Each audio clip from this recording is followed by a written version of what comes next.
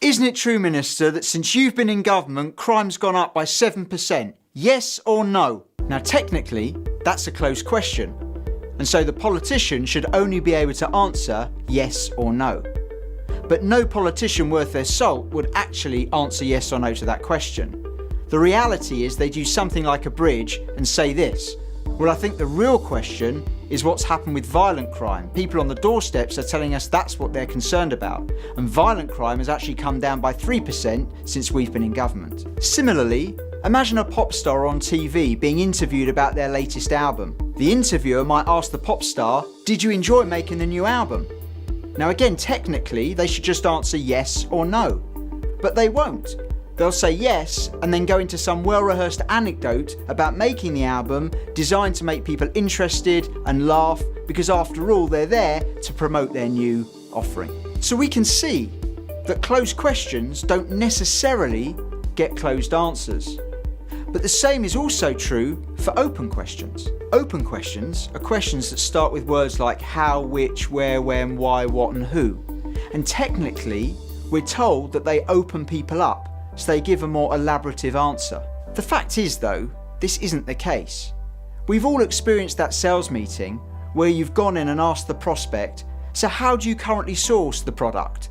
And they'll say, "We get by." Or "Who's in charge?"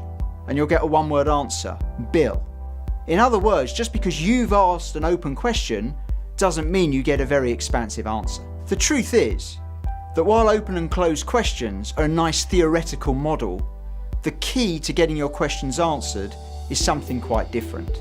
Ultimately, you have to ask questions that your prospect believes they have a vested interest in answering. The reason why the politician gives an expansive answer is because it's in their interest to do so. Similarly, the pop star on TV won't give a closed answer because they want to sell albums.